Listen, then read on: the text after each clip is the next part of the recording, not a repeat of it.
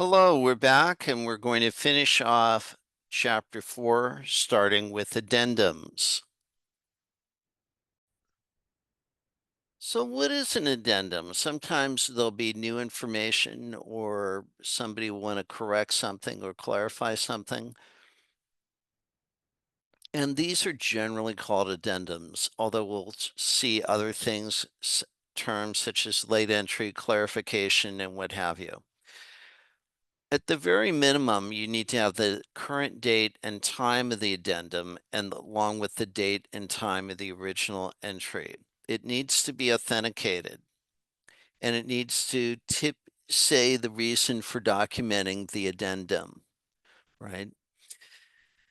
And this does not replace the original entry. You need to keep the original entry, and in a paper world, we would draw a line through it, sign or initial, date, and that would be considered an addendum. Now, in electronic health record systems such as Cerner, Epic, what have you, NextGen, now when a provider goes in, once they've finished the note and authenticated it electronically, they can go in and make edits to it, but it will show as addendums, and it will show both the original document and its date and time, along with the addendum and its date and time.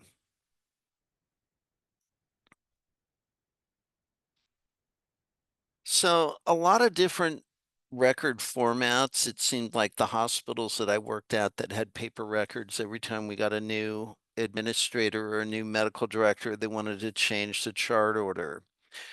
And in general, these can vary widely, right? And there are different policies about nursing assessments, provisional diagnoses, and all these other things. But in general, the inpatient hospital records covers everything from the time the patient is admitted, whether it's an elective admission going through the admitting department or an emergency room visit where they decide to admit a patient to the floor. Once that patient is admitted, that's the start of the patient record, and then till the time of discharge. In general, we like to have things in date order, right? Most recent, now to the earliest. Now you have electronic health record systems where you can actually go and filter things out just like you would an Excel sheet and filter them by date or content or type of record or by provider. And again, with outpatient records, it's similar, except instead of looking at the care for an entire hospital admission, we're looking at individual visits.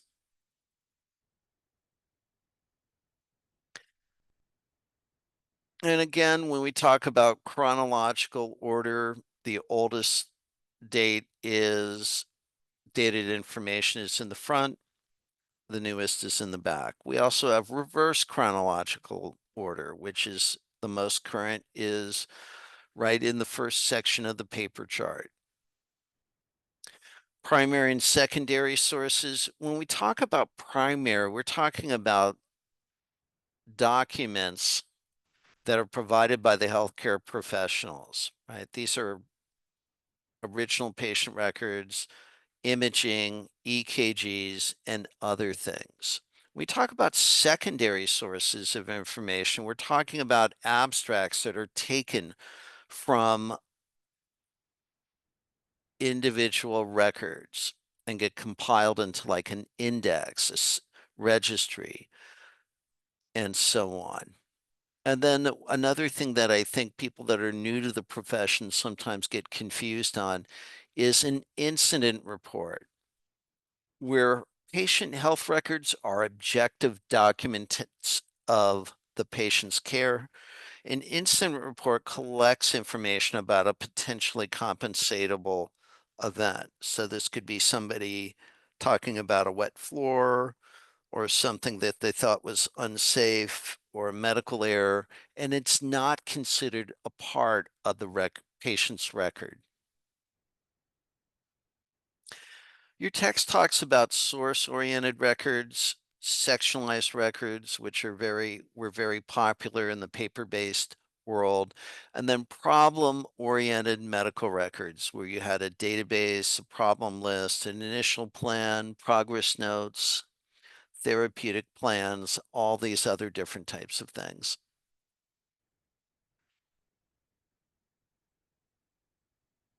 And again, we have the same things, primary. Again, those are the direct sources of patient care documents, and the secondary, the indexes or registries or what have you.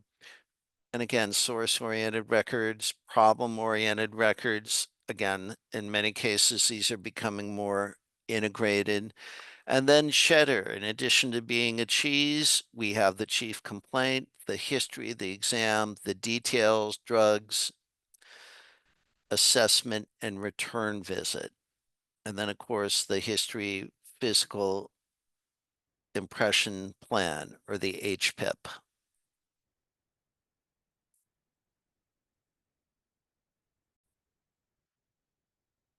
Something else that's discussed is shadow records. We used to see this a lot in ophthalmology. They would keep individual scans and copies of their notes, right? Independent databases, things like that. As long as the information is mirrored in the main hospital record or the main medical office record, there's really not a problem with that per se, but policies and procedures will determine how much discretion individual providers get to keep their own shadow records and independent databases. There are different record laws. For instance, in California, patient records are to be kept by the primary site for 7 years after the last encounter or 7 years after the patient turns 18. Now, with electronic health records, these types of laws are evolving, so there's different policies on that. Microfilming, microfiche, and some of these other things used to be very, very popular. It also gets very, very expensive. Scanning was a very popular item for a time. Now, with digital information, this continues to evolve. With paper records, we can destroy some of them after they meet the legal retention records for records. This may or may not happen depending on your policies. I know with Kaiser Permanente in California, we had some records that went all the way back to the beginning of the Kaiser Permanente healthcare program in 1949. So definitely retention things are something that people need to be aware of. And then finally, medical practices go out of business, hospitals merge, right? This enters another wrinkle into how you store these different types of records. When can you destroy them? All these different types of considerations. So we talked a lot about the patient record content, but all these things are just nebulous unless we have policies and procedures in place to make sure that these records are completed promptly. And these are done by the governing board and administration in cooperation with the medical staff.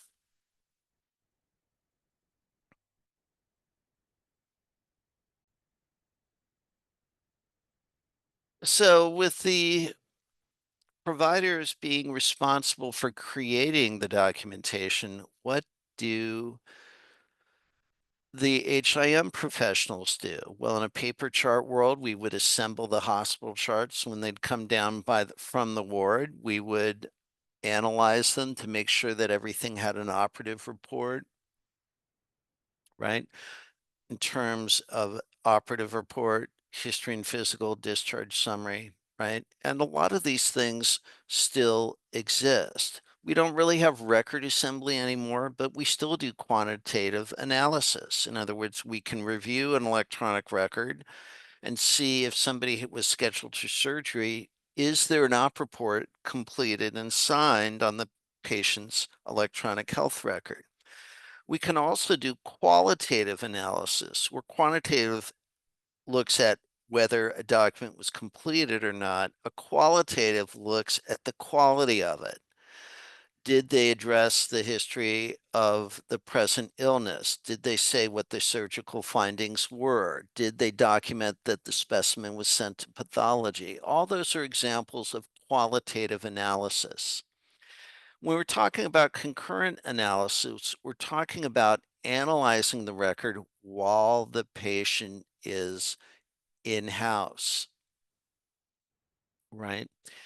And it's something that some facilities are still involved with, along with statistical analysis, which is basically just in analyzing these types of things in terms of numerical data.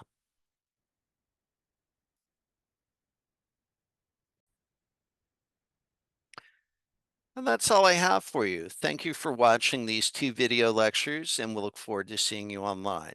That's all I have. Have a great week.